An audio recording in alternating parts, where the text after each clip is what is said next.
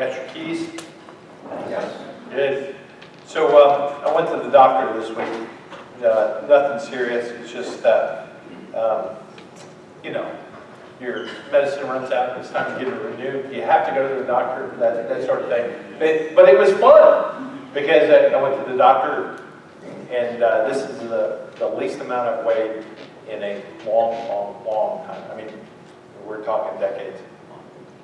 And so, surprisingly, the doctor was happy. Now, normally when I go to the doctor, as big as I am, when I go to the doctor, they're either, or they're really angry because there ought to be more wrong with me than there is. You know, it's you know, I've got hypertension, you know, I've got high blood pressure. And if I had to do all over again, I wouldn't go on the medicine way back when. I just would have gone a different route.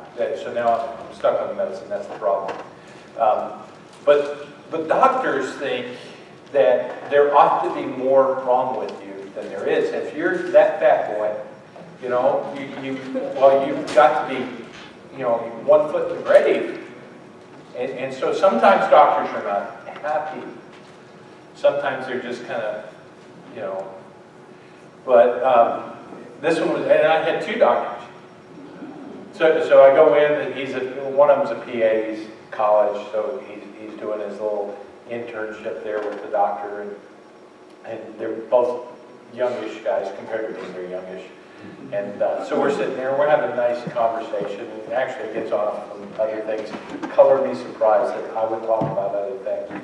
But he was actually happy with all the results. Have you ever thought that that's the way we ought to approach church every once in a while? That it ought to be that each Sunday is a little like a doctor's visit. And it's a little bit of, let's take a pulse and make sure, you know, let's make sure there's not 1 foot in the grave, right? You know, let's make sure we're doing the right things. Let's make sure everything's going okay, right? And so with that in mind, we're going to look at another synopsis of Luke in the book of Acts. So turn to Acts chapter 4. Now last week we looked at his first synopsis in the book of Acts. One of the things that as we take and we look at this, we're going to spend a few weeks in the book of Acts. But as we take and look at this, the book of Acts, the title of the book is Acts of the Apostles. I would beg to say that it is the Acts of the Apostles, but one of the things that you start to see take place as Luke gives us this account is more and more and more the people in the pew start to take precedence as time goes by. And so it's not just the Acts of the Apostles, it's the Acts of the church. And so last week we saw Luke's first synopsis.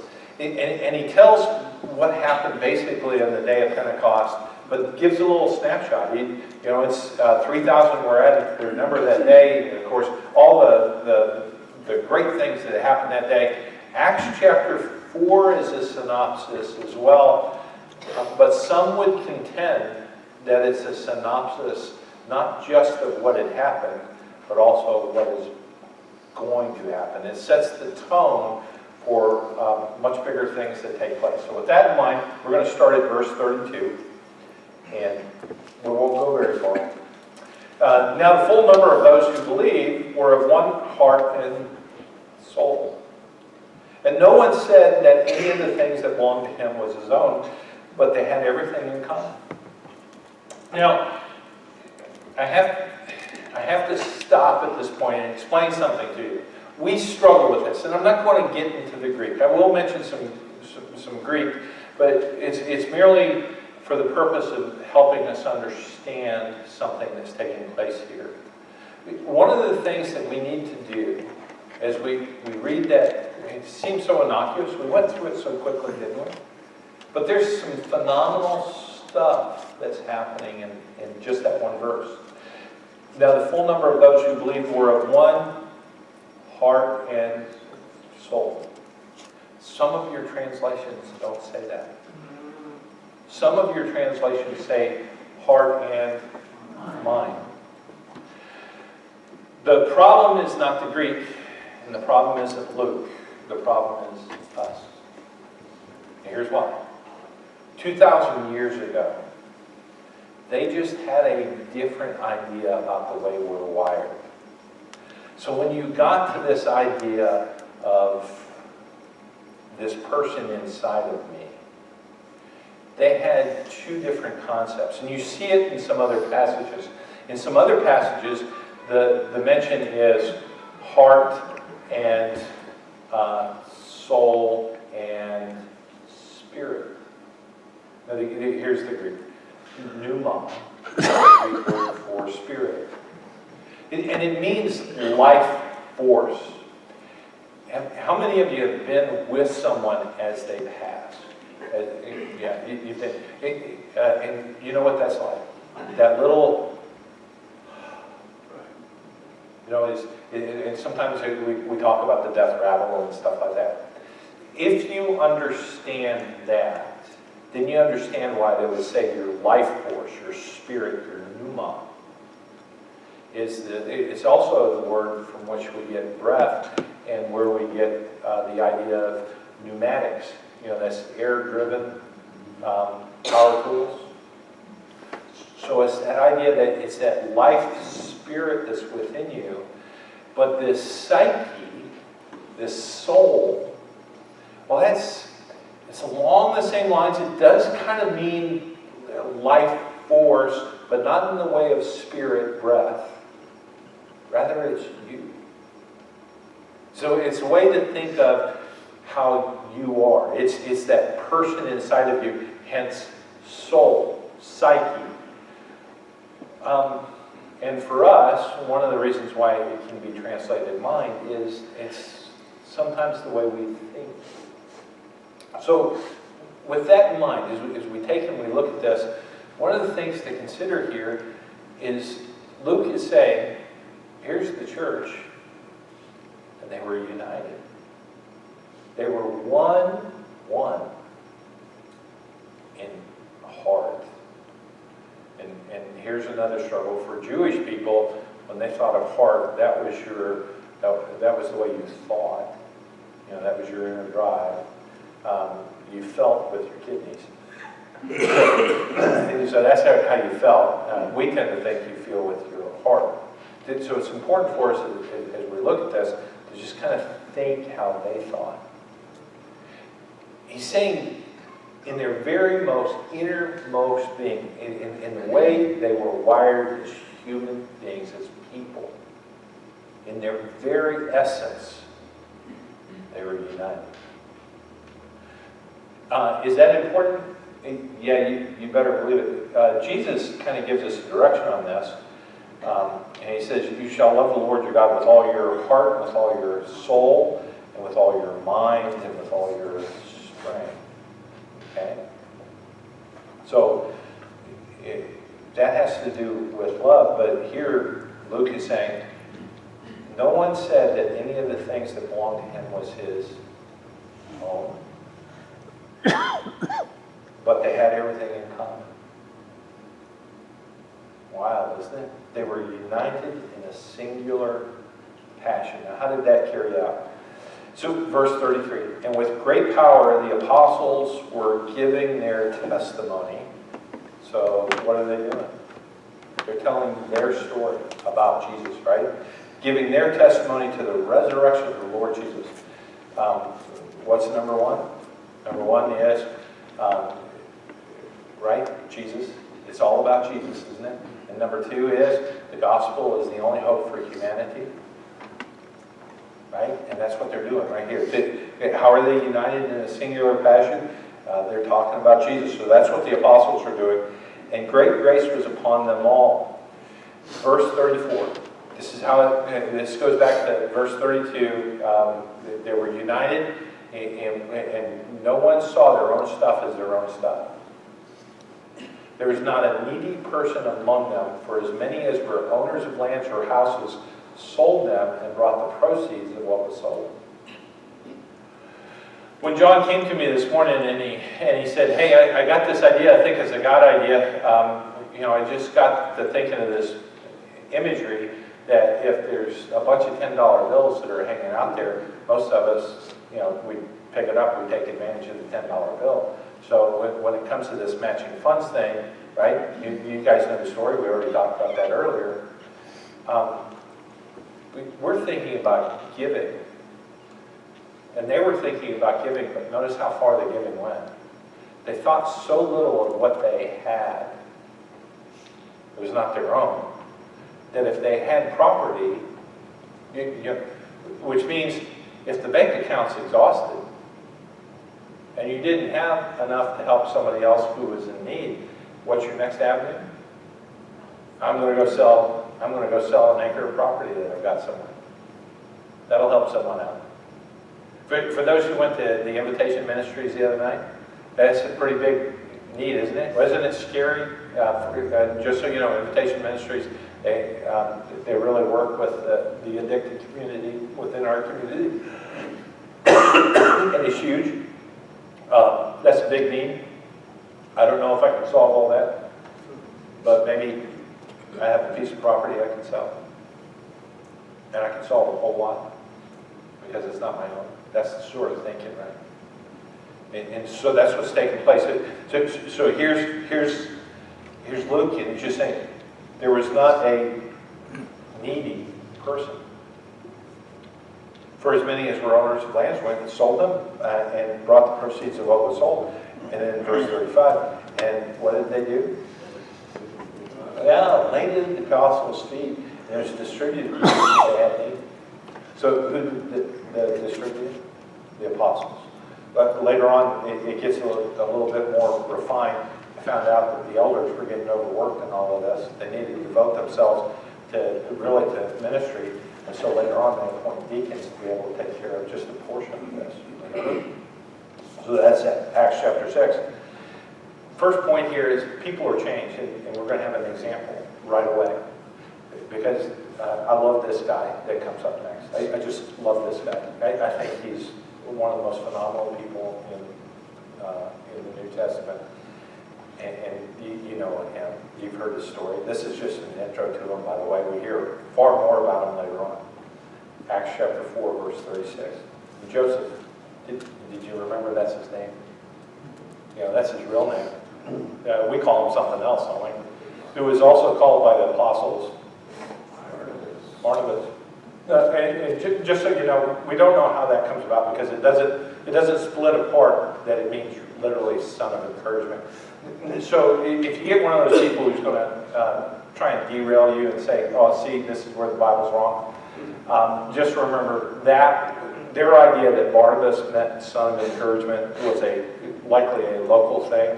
And do we have local things that enter into our dialect? You better believe it. Just, how can you tell a local around here? Terry, what's the first name of this church? Plateau. Yeah, Plateau. That's a local. Because for those of us who come from elsewhere, what is it? Plateau. Yes. You know, so see how that's different? So the Bible is not wrong. It just means they understood that Barnabas meant son of encouragement. So here's this guy, son of encouragement, which a Levite. He's of the priestly family, and a native of Cyprus sold a field that belonged to him, and brought the money and laid it at the apostles' feet. And that's all it said. You know, we get him introduced. Here's this great guy, Barnabas. What does he go on to do? Well, he goes on and he becomes Paul's, co-worker, right? Yeah, a pretty good guy, doesn't he? I mean, he does some pretty phenomenal things. And does his encouragement, his attitude of encouragement, does it come through? You got to believe it. But then, so some people are changed. You have Barnabas' story. Some aren't. This is the scary part of this passage. So, by the way, we're fast forwarding into Acts chapter 5, and I just want to encourage you guys to do something. Get yourselves a Bible like this.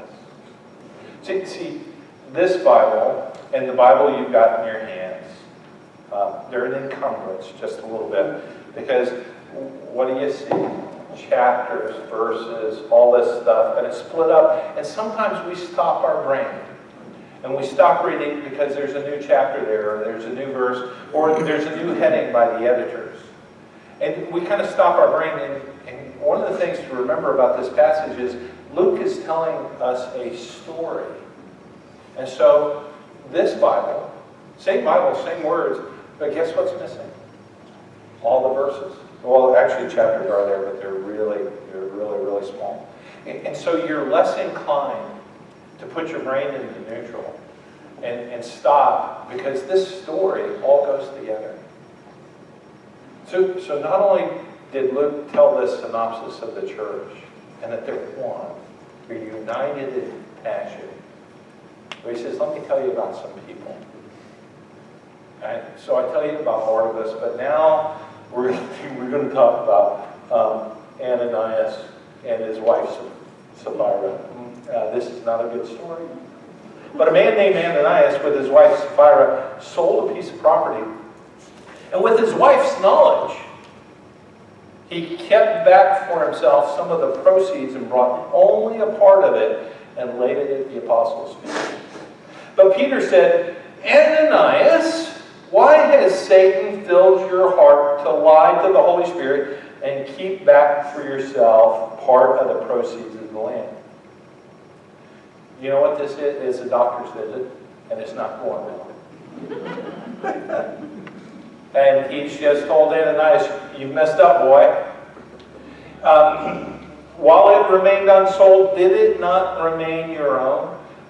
By the way, for those who say this has to do with Christian communalism, it's not Christian communalism, because that's just what the apostles said to Ananias. You had control over this. You know, the issue wasn't that he withheld the money. The issue was what was it? And after it was sold, was it not at your disposal? Why is it that you have contrived this deed in your heart? Here's the sin. You got it? You have not lied to man, but to God. What was the sin? A lie. What was he trying to do? He was trying to look good to mankind, wasn't he? So they say, hey, we sold this, and boy, we're giving all of it to the Lord. And that was a right out lie. So what happens next? When Ananias heard these words, he fell down and breathed his last. Now that's a church meeting. Can you imagine passing the plate? You pass the plate, and somebody puts their money in, and next thing you know, the doctor says, oh, let me tell you, and then, boom. I'm thinking that might be a come to Jesus sort of meeting. We might have a few baptisms after that, I don't know. But let's see how this goes out. He fell down and breathed his last, and great fear came upon all who heard of it. I understand that. The young men rose and wrapped him up and carried him out and buried him. And after an interval of 3 hours, his wife came in, not knowing what had happened. And Peter said to her, tell me whether you sold the land for so much. And she said, yes, for so much. Remember, the very first verse was, he did it with her knowledge. But Peter said to her, how is it that you have agreed together to test the Spirit of the Lord? Behold, the feet of those who have buried your husband are at the door, and they will carry you out. Immediately she fell down at his feet and breathed her last. When the young men came in, they found her dead, and they carried her out and buried her beside her husband. And verse 11, and great, what's the word? Have you heard that more than once in this passage so far? Yeah. I think that's what Luke is trying to get us to look at. It's not Barnabas. I don't think it's about Ananias and Sapphira. It's about fear. So I'm giving you a little heads up right now. And great fear came upon the whole church and upon all who heard of these things. Let's step forward just a little bit more and you'll see why fear is the issue here. Love and fear are the two topics. Verse 12. Now many signs and wonders were regularly done among the people by the hands of the apostles. And they were all together in Solomon's portico. So here it is, the temple, it's Jerusalem. They haven't moved out of Jerusalem yet. They're stuck They're stuck. We don't see God kicks their butt in chapter 7. And chapter 8, you start to see the church move out. By the way, the apostles stay in Jerusalem. And then the people, the pew sitters, they start to move out in chapter 8, verse 4. So this is a very, very interesting passage. So here they are. They're stuck in Jerusalem. They're not moving out. And now they're at Solomon's portico. They're preaching this story. And verse 13, none of the rest dared join them, but the people held them in high esteem. Now we have a problem because of verse 14. Verse 14, and more than ever believers were added to the Lord, multitudes of both men and women. Now I'm going to share with you my interpretation of those two verses, because here's the conundrum. The conundrum is they're scared to death. Somebody is scared to death and has not joined the apostles at Solomon's portico. But then in the very next verse, and by the way, the multitudes, it's where, you guys are old enough to remember this. Remember when folks used to talk about the hoi polloi? Yeah, this is the hoi polloi. This is the people. And so it's where we get that Greek term. So the multitudes were joining them. Wait, didn't verse 13 say they weren't being joined? And then verse 14 says they're being joined. Here's what I think Luke is trying to communicate to us. In verse 13, keep in mind there's more going on. The apostles have already been under persecution by the Sanhedrin. We already saw this earlier. Between chapter 2 and 4, there's been a healing, and they get called on the carpet for a healing. But now all this stuff is going on, and the apostles are standing there. They're performing miracles in the portico. They're preaching Jesus in the portico, and they've been forbidden to do that, by the way. Just a little background to the passage. And so what I think is happening here is in verse 13, the ones who did not want to join them, the them refers to the apostles in the portico. And the ones who did not want to join them were those pew sitters. Those were church folks who were scared because I have a great fear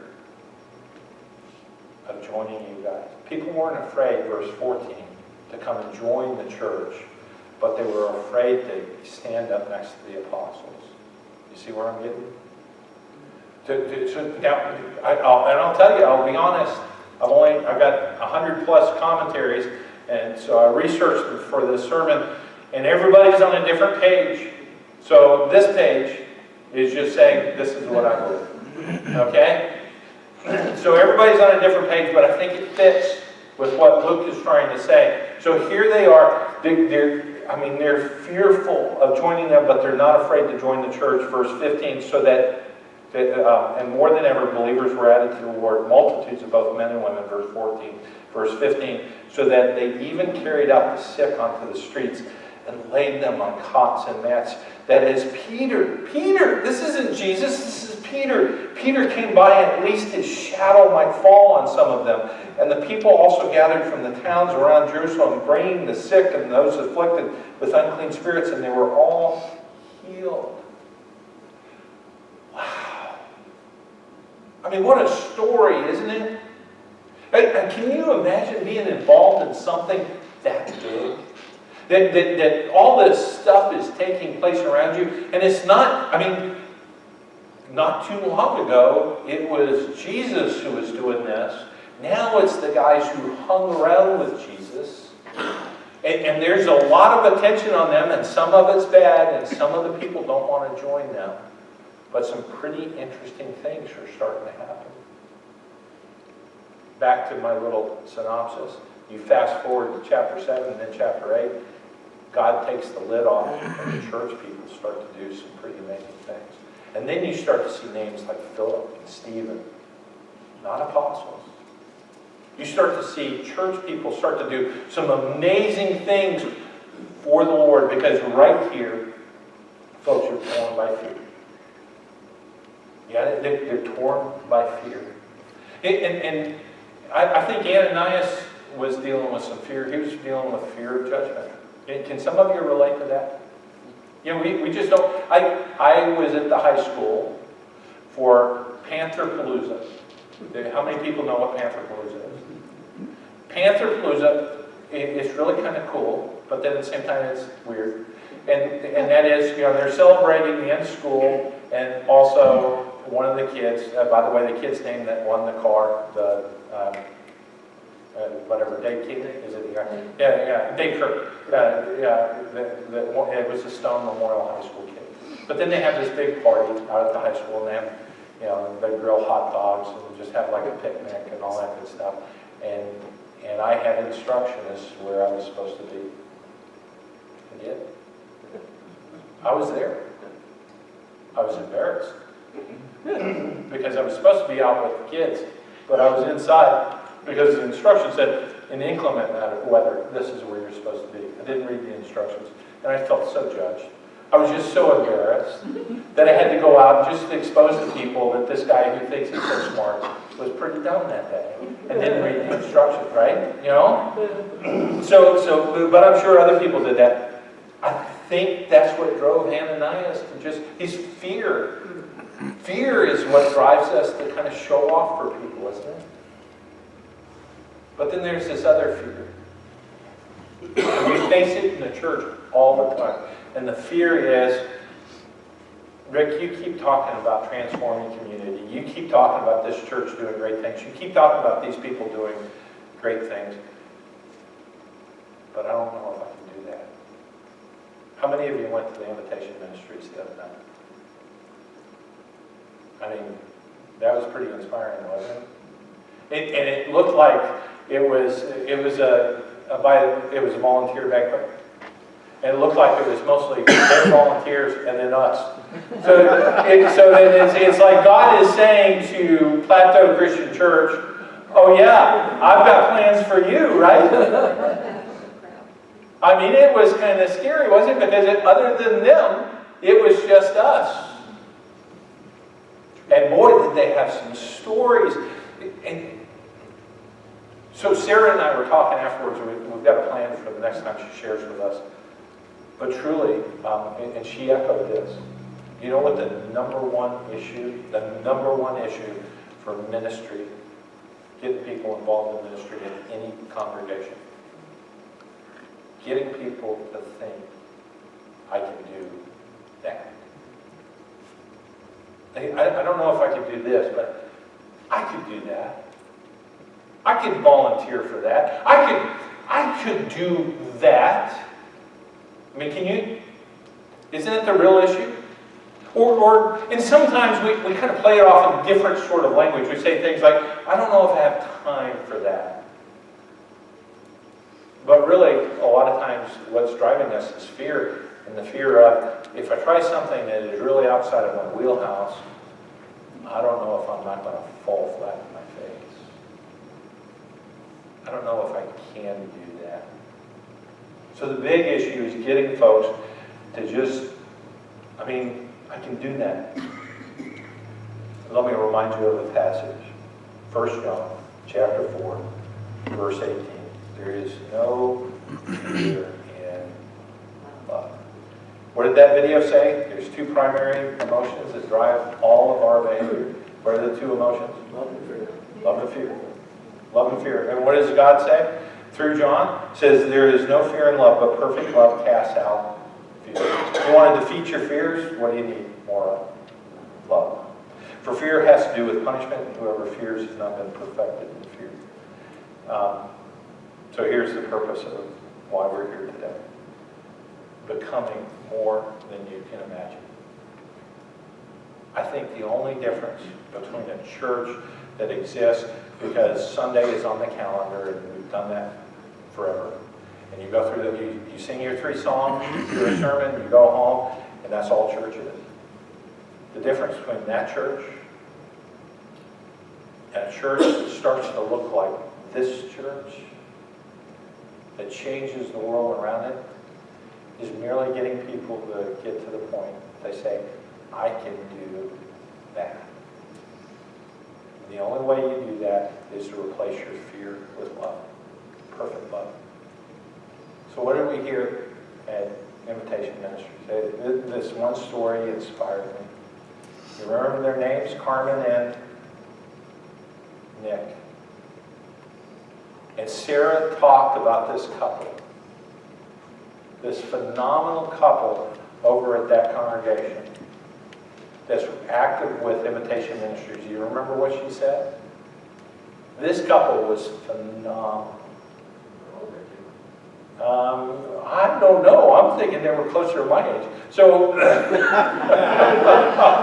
I think that's pretty young. Yeah. Yeah, the older I get, the younger all that looks. Yeah.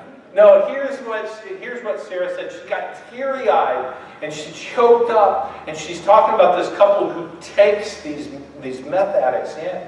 And she says these people take people into their home, and they're not afraid to say yes. And she said they will take people that anybody else would be smart to not take. And so here's a girl who's tweaking. She's still on meth. She's tweaking. She thinks people are out to kill her. And she calls up Carmen and Nick and says, "Hey, Carmen and Nick, would you take this girl?" And guess what their answer is? "Bring her." I can do that. Do you know what Luke is talking about in this passage? Is people who turn their world upside down because all they did was replace their fear with love, and they turned to the point they said, "I can do that." Now, most of us have to kind of ramp up to that. So for folks who are in the book club, and yes, we're meeting on Tuesday at 1:30. So read the next 3 chapters of Bob Goff's book. How many read chapter 3? Phenomenal story, isn't it? I'm going to leave you with this because I think any one of us could do that. Any one of us can do that. Bob and Maria, sitting on their back porch, have this beautiful back porch in California, Southern California, and sits on the bay, and there's a little grass pathway that borders the back of their property. And folks walk by, and he and Maria are sitting there, and they wave at people, and people wave back at them. Just kind of, it's so Southern, right? And they're sitting there, and they're waving at people, and this one guy walks by, and he didn't know him, and the kid's just waving. And he's waving. And he's waving. So Bob gets up, he walks out, and he goes to meet Ryan. And Ryan says, "Hello, I'm Ryan, and I'm in love."